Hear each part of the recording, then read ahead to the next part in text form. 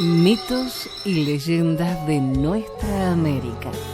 ¿Me acompañas? Soy Jenny de Bernardo.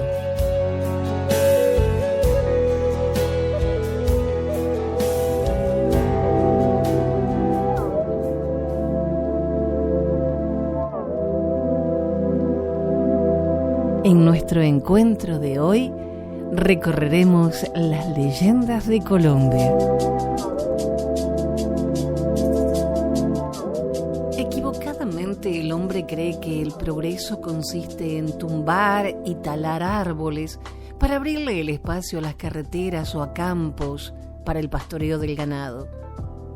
Eso nunca podrá considerarse como avance humano.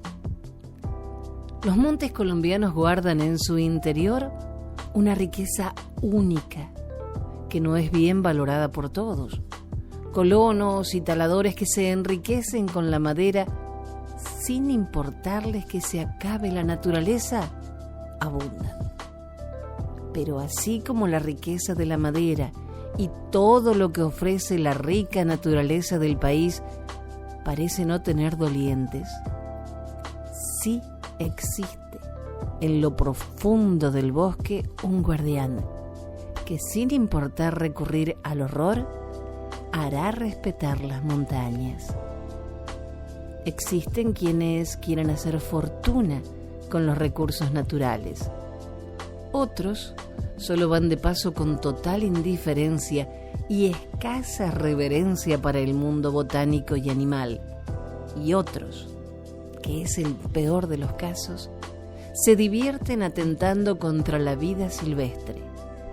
Y todos ellos recibirán su castigo. El hojarasquín del monte es un ser extraño. Durante décadas, los campesinos han afirmado que es un hombre con aspecto de árbol. Otros dicen que es un ser demoníaco que puede causar el más horrendo de los terrores, hasta al más valiente de los valientes. Y otros prefieren considerar que el hojarasquín no es más que la conciencia de la naturaleza. Si vas al monte, será mejor que tus intenciones sean buenas, que muestres humildad y respeto por la naturaleza, o de lo contrario, padecerás el más asqueroso de los infiernos. Dicen que muchos han entrado al monte a tumbarlo y jamás regresaron. Dicen que ese ser se los tragó como castigo por causarle daño a la naturaleza.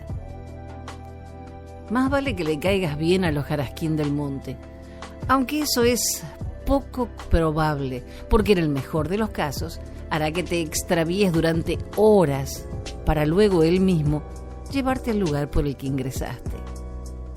De nada valen los exploradores aventajados ni los más valientes expedicionarios, soldados de élite de los ejércitos más bravos y preparados.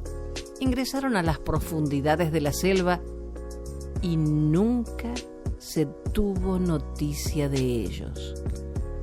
Dicen que sus lamentos se pueden escuchar en las noches. El hojarasquín es hábil y se mueve rápidamente en la noche.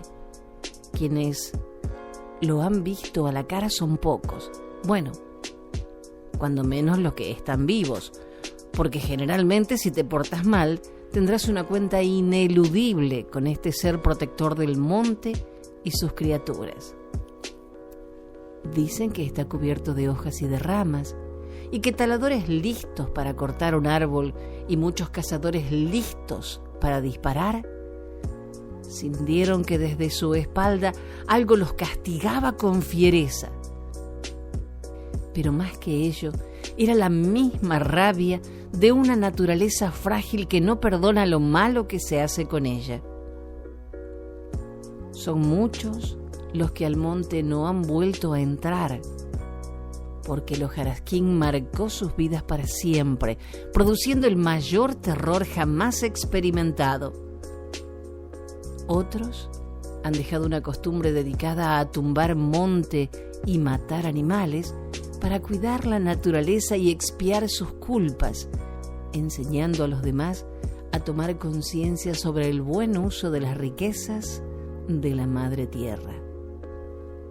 No te atrevas a atentar contra la naturaleza, porque su hijo más temido cobrará venganza y lo lamentarás con lágrimas y crujir de dientes.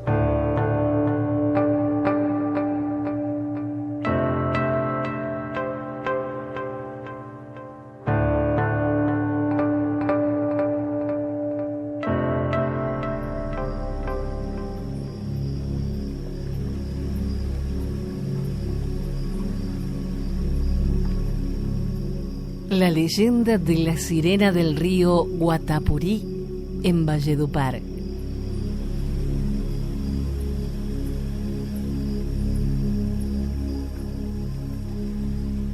La leyenda dice que un Jueves Santo, una niña muy bonita le pidió permiso a su madre para bañarse en el río Guatapurí. La mujer, conociendo los comentarios que señalaban que quien se bañara en el río una fecha como esa se convertiría en pez, no accedió a la solicitud. A pesar de la advertencia, la muchacha decidió irse a bañar. Cuando se sumergió en el agua, comenzó a sentir que su cuerpo se estaba transformando y se dio cuenta que sus piernas comenzaron a tomar una forma única. Ya no eran dos, sino una sola. Y en vez de pies, tenía una figura de aleta. Y ella se convirtió en sirena. Cuenta la leyenda que todos los Jueves Santo se le escucha cantar para atraer a otros hasta donde está. Y se dice que ella aparece nuevamente en el río para intimidar a quienes llegaban ahí y con sus cantos los embelesaba y los hacía sumergir. La leyenda tomó tanta fuerza que se hizo un monumento en su honor. El río Guatapurí está adornado por una sirena dorada, cuyo esplendor es la mayor atracción tanto para habitantes como para turistas de la región. En temporada de Semana Santa, quienes allí se bañan recuerdan que una vez una niña se convirtió en sirena.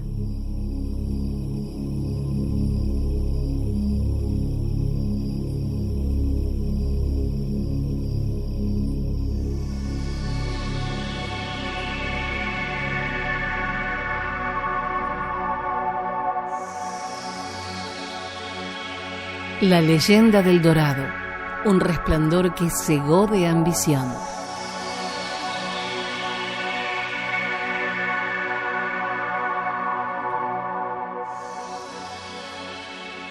Si existe una leyenda más famosa en América, esa es la de El Dorado, una tierra maravillosa y fantástica, en donde el oro brotaba silvestremente. Cuando menos eso era lo que corría de boca en boca en plena época de conquista del Nuevo Mundo.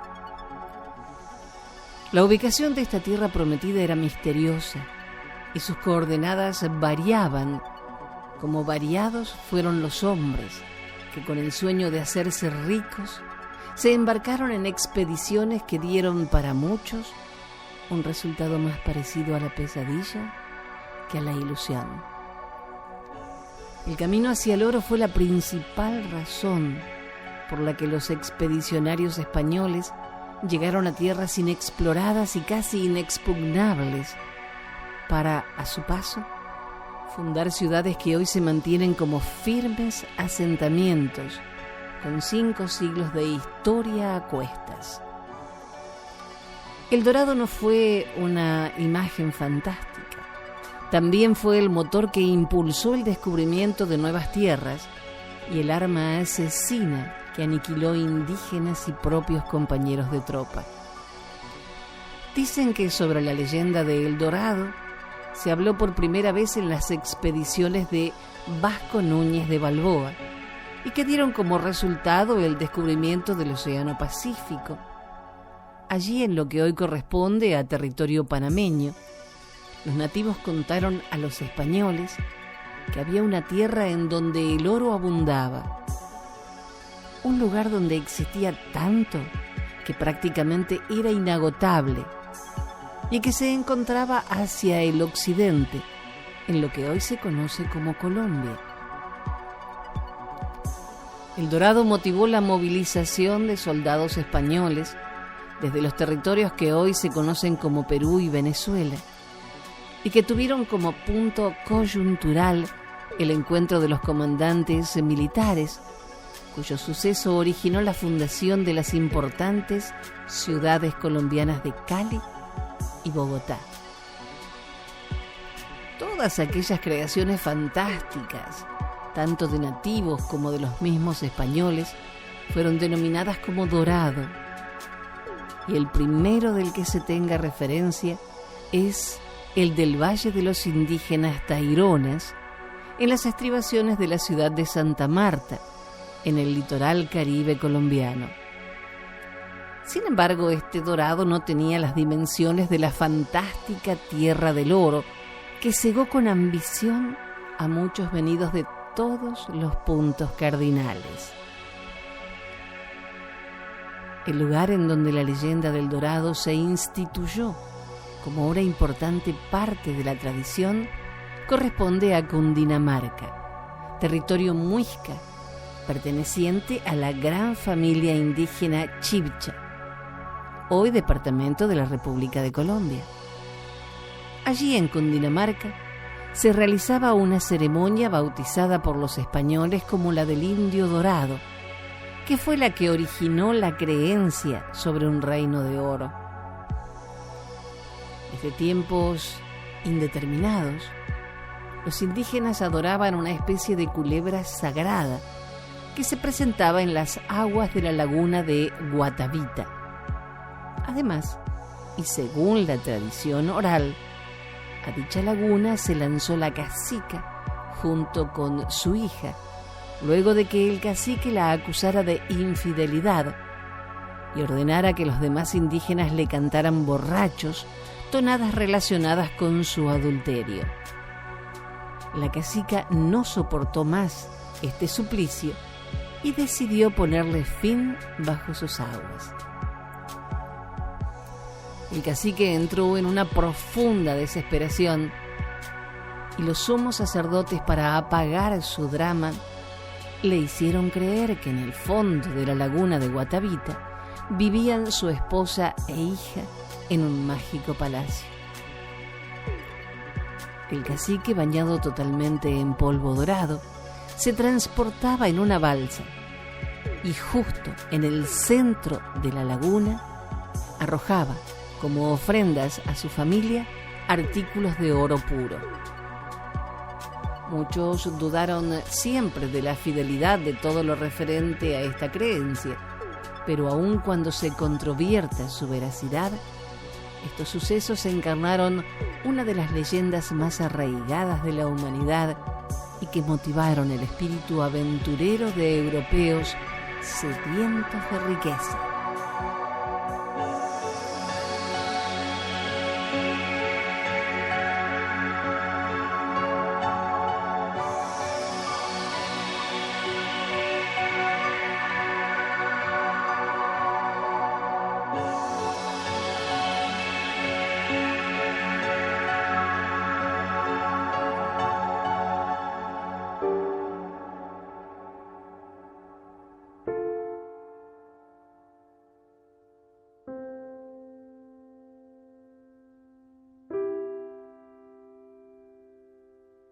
La piedra de Fu.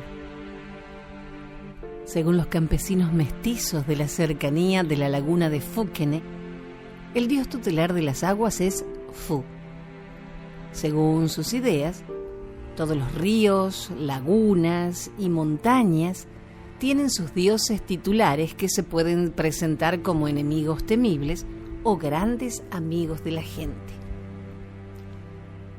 El dios Fu se oculta bajo las aguas de la laguna de Fúquene en las horas del día y sale a defender sus dominios en el valle de Ubaté y Chiquinquirá, hasta la tierra de los musos, enemigos acérrimos de los muiscas, en las horas de la noche.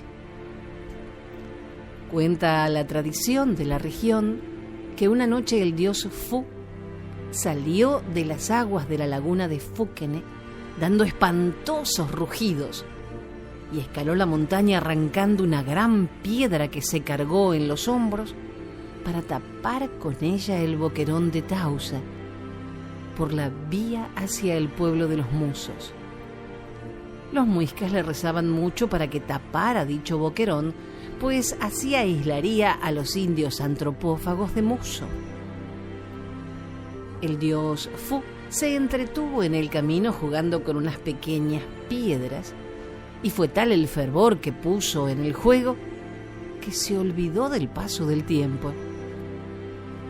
Precisamente cuando llegó a Sutatausa, desde donde se divisa el desfiladero, se estremeció de terror cuando por el oriente salió el sol, la proyección del dios Sua que inicia el día.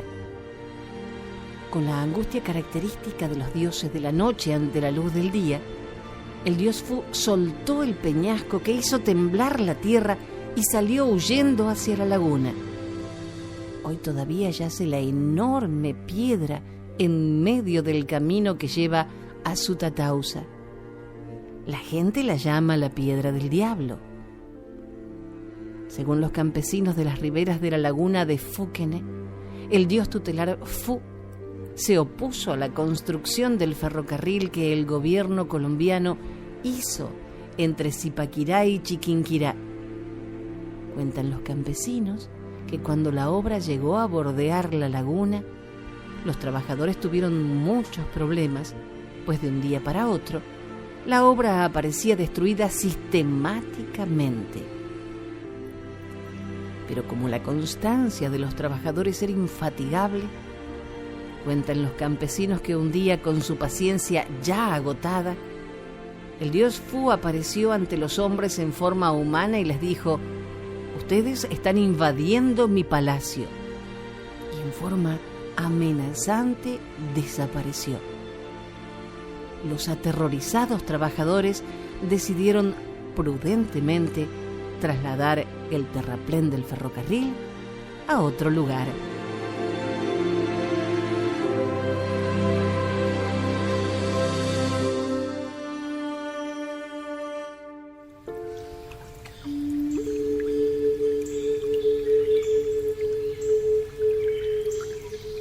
La leyenda del lago de Tota. La laguna no siempre existió. Antes de que las masas de agua cubrieran amplios terrenos, el lugar no era más que un hueco árido en el que no crecía hierba alguna. Una bola de fuego la recorría en las noches para luego hundirse en lo más profundo y llegaba a la morada de Buciraco, dios de los infiernos. En ese tiempo llegó Bochica, profeta y hombre sabio, venerado por los muiscas, quien enseñó a la gente del poblado el arte de la cerámica y el uso de dos plantas, quijiza, algodón, y chihice, fique, para hilar y hacer diversos tejidos. Bochica también infundió en los indígenas el respeto y comunicación con los dioses. Por eso escogió a un sacerdote que debería ser el mediador entre los dioses y la gente y el líder de las comunidades. Este sacerdote recibió del profeta una piedra verde y clara, una esmeralda, que se convertiría en el símbolo de pureza y suprema majestad. Esta piedra la debían portar todos los sacerdotes que sucedieran al primero. Pasaron varios años y el hueco árido albergó no solo al malvado Buciraco, sino también a una serpiente negra, guardiana del lugar. La aridez del inmenso hueco se fue trasladando a los poblados. La escasez, la sequía, el hambre, la sed y las enfermedades mataban a animales y a humanos. El sacerdote de ese momento se llamaba Monetá, y al ver la terrible situación de su pueblo, decidió ponerse en penitencia, ayuno y oración continua para que los dioses lo escucharan y ayudaran a la gente. Sin embargo, la situación era cada día peor y ni una sola gota de agua tocaba la tierra. Cuando aparecían nubes, los ojos esperanzados de los indígenas las admiraban, mientras desde el hueco Buciraco lanzaba un viento con polvo que las disipaba. Un día el sacerdote Monetá convocó a toda la gente en Suamox, ciudad sagrada.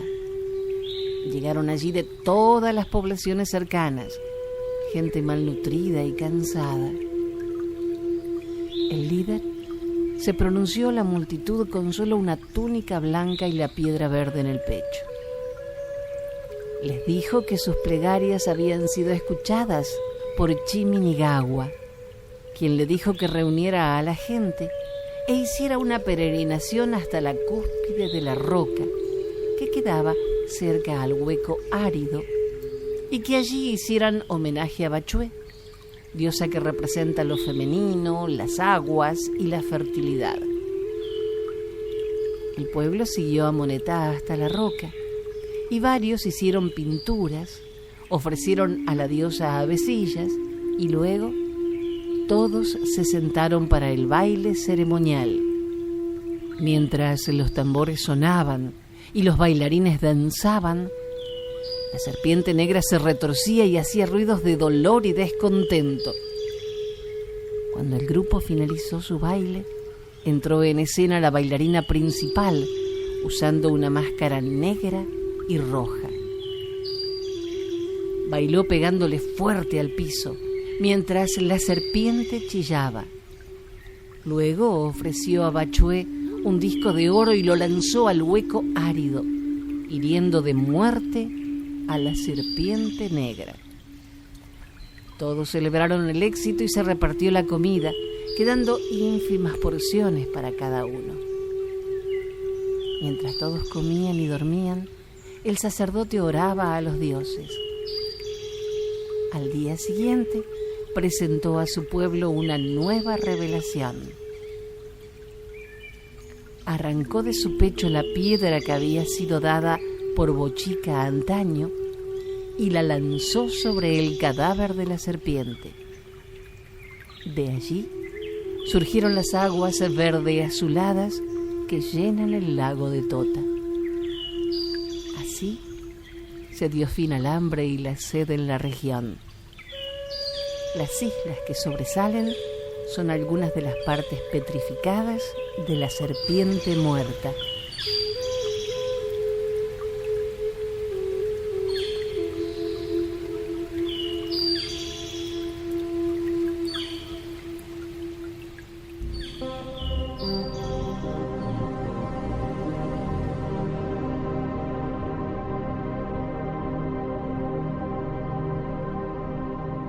Tomagata, el cacique Rabón.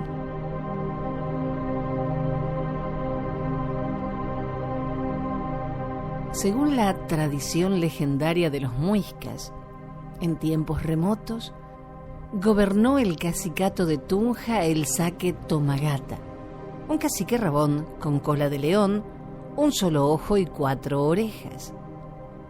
Los dioses le habían proporcionado una larga vida, pero su figura deforme, bastante extraña y con cola de león, despertaba risas y comentarios malintencionados de los aborígenes chibchas de su cacicato. Ello lo hizo un gobernante amargado y con mucho odio por los súbditos burlones e injuriosos. Los problemas personales de Tomagata se profundizaron también cuando se dio cuenta que no tenía potencia masculina y era estéril. Cuando quiso casarse con una bella india de Unza, sintió vergüenza cuando ella se horrorizó al ver su fealdad y con sus lindos labios hizo una mueca de asco. Ello fue definitivo para que Tomagata nunca pensara en tomar mujer. Como las gentes de Unza se mofaban de su saque, a quien en secreto lo llamaban Cacique Rabón, los dioses le dieron el poder de convertir a los hombres en bestias de acuerdo a su voluntad. A los vasallos que lo miraban con irrespeto y de frente, los volvía animales.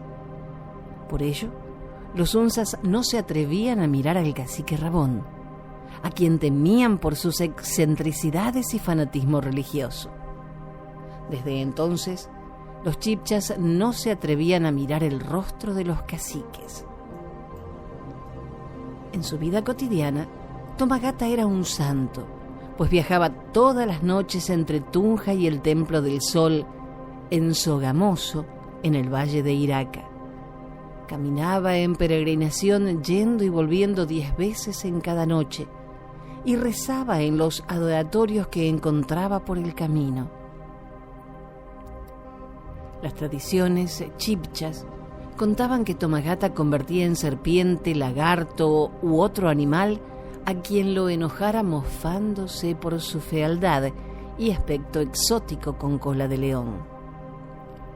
El saque Tomagata tuvo una duración de muchos años.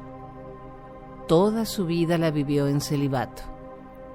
En más de 100 años de su gobierno en el cacicato de Tunja, los chibchas aprendieron a temerle y a respetarle su fealdad.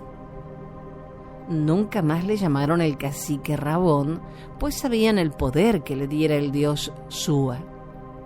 Cuando murió Tomagata, le sucedió su hermano Tutasua, que se convirtió en el nuevo saque del cacicato de Tunja. En lengua chibcha, Tutatsua significa hijo del sol.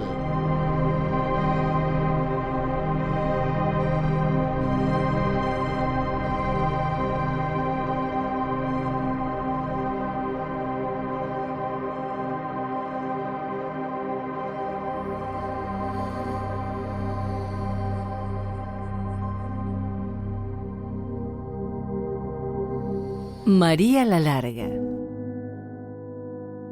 es un mito femenino que se conoce en Antioquia y el Viejo Caldas, generalmente en las zonas urbanas. Se trata de una deidad femenina que aparece en las horas de la madrugada, con pies muy altos y brazos descomunales, con el andar en balanceo como el viento. María la Larga atrae a los trasnochados con insinuaciones femeninas.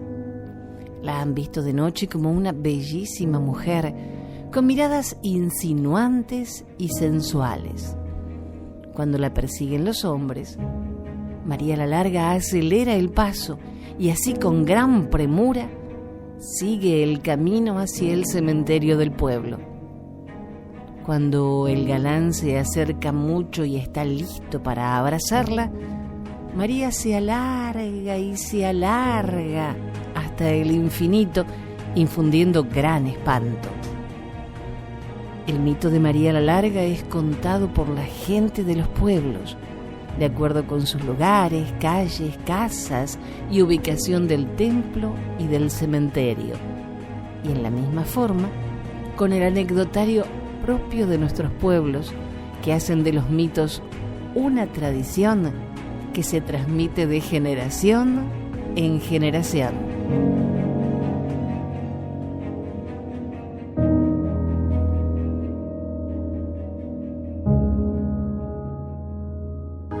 Dijo un escritor y humorista alemán: la memoria es el único paraíso del que no podemos ser expulsados. Recordemos entonces estas tradiciones de nuestra tierra para no olvidar nuestras raíces y seguir construyendo nuestros castillos. Gracias por la compañía. Soy Jenny de Bernardo.